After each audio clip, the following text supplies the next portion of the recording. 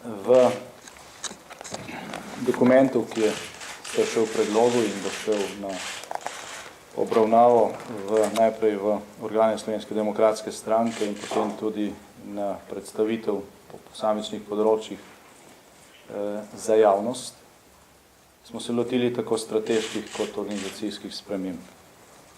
Kot veste, smo o potrebnih ali pa o potrebi po strateških spremembah govorili na našem kongresu maja leta 2009, pred skoraj natančno 2 letoma. In tam smo omenili 10 točk, pri katerih ali pa na katerih je po našem mnenju potrebna sprememba slovenske družbene pogodbe oziroma slovenske ustave.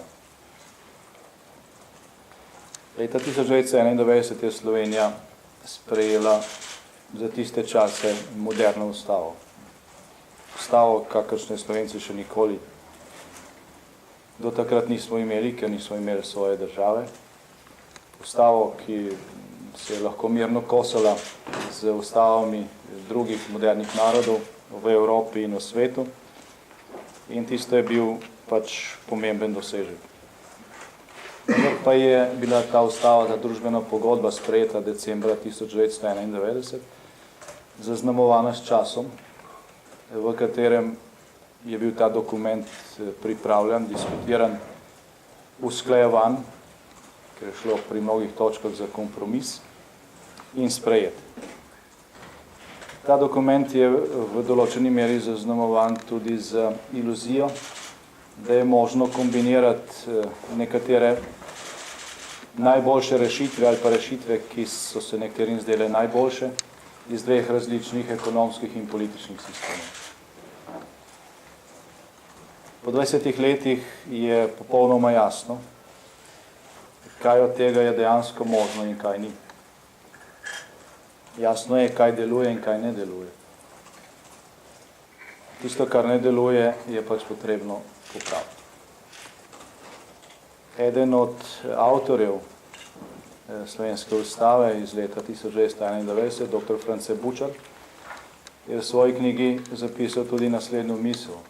Zapisal je, da se mnoge dobre rešitve s časom izčrpajo in so vedno potrebne nove, ki odgovarjajo razmeram, ki so nastopile. To je na nek način misel, ki je tudi osnovno vodilo vsem korakom naprej, ki jih je človeštvo naredilo, ker če to ne bilo osnovno vodilo, potem bi človeštvo še vedno živelo v jamah. Tisto, kar pa je dodatno bistveno pri tem, ko govorimo o potrebi po dopolnjevanju temeljne družbene pogodbe Slovencev, pa so tudi spremembe v znanjem okolju. Znanje okolje se je od takrat, ko je Slovenija sprejela ustavo, bistveno spremenilo. Ko smo v dvorani tukaj zraven glasovali za ta pomemben dokument decembra 1991, Slovenija mednarodno niti še ni bila priznana. Formalno priznanje Evropske unije je prišlo nekaj tednov kasneje, takrat je bila samo napoved. Članica Združenih narodov smo postali maja 1992. Obzorja, ki so se nam takrat kazala, so bila precej ožja, kot pa se je v 20 letih izkazalo, da dejansko obstajajo. Od takrat, ko je bila ustava sprejeta, je bila Slovenija mednarodno priznana. Postali smo enakopraven mednarodni subjekt. Sprejeti smo bili vse možne mednarodne institucije in forume, postali smo člani Evropske unije, zavarovali smo svojo prihodnost v NATO. Sprejeti smo bili v Evropsko monetarno unijo, prevzeli smo valuto, zamenjali smo valuto v tem času. Sprejeti smo bili v OECD, organizacijo, kako bi rekli, razvitih držav v svetu. Skratka, znanje okolje se je v teh 20 letih spreminjalo in hvala Bogu se je spreminjalo na bolje. Svet se je v 20 letih Sloveniji odprl. Nastale so številne nove možnosti, ki jih tisti, ki so pripravili ustavo leta 1991 in tisti, ki smo glasovali za njo, takrat nismo videli, ker jih ni bilo. Nastale so kasneje. In v teh 20 letih je nastalo v znanem okolju ogromno sprememb, ki jih mi nismo ugradili. Niti v naše akte, niti v naše razmišljanje jih nismo bili sposobni niti izkoristiti.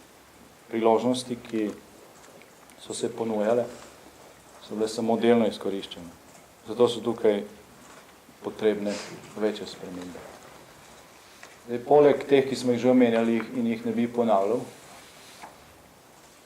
so tukaj tudi rešitve, ki jih je prinesla Lizbonska pogodba. Evropa je v tem času, odkar smo mi sprejeli svojo ustavo in postali tudi formalno del Evropske unije, dobila svojo lastno ustavo, ki se ne imenuje tako, ampak v številnih elementih je to seveda Evropska ustava.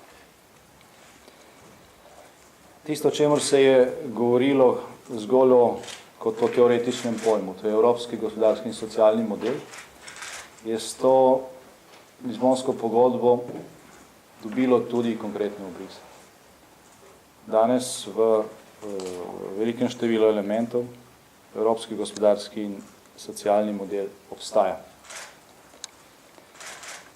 In to, kar imamo mi zapisano v naši ustavi, v mnogih segmentih zaostaja za dognanji iz opisa tega gospodarskega, lahko bi rekli tudi družbenega in socialnega modela, ki je prisoten v Lizbonski pogodbi.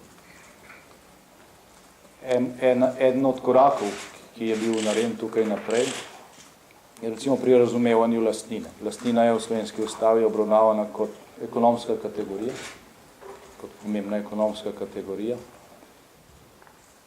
V evropskem pojmovanju je danes lastnina tudi odgovornost.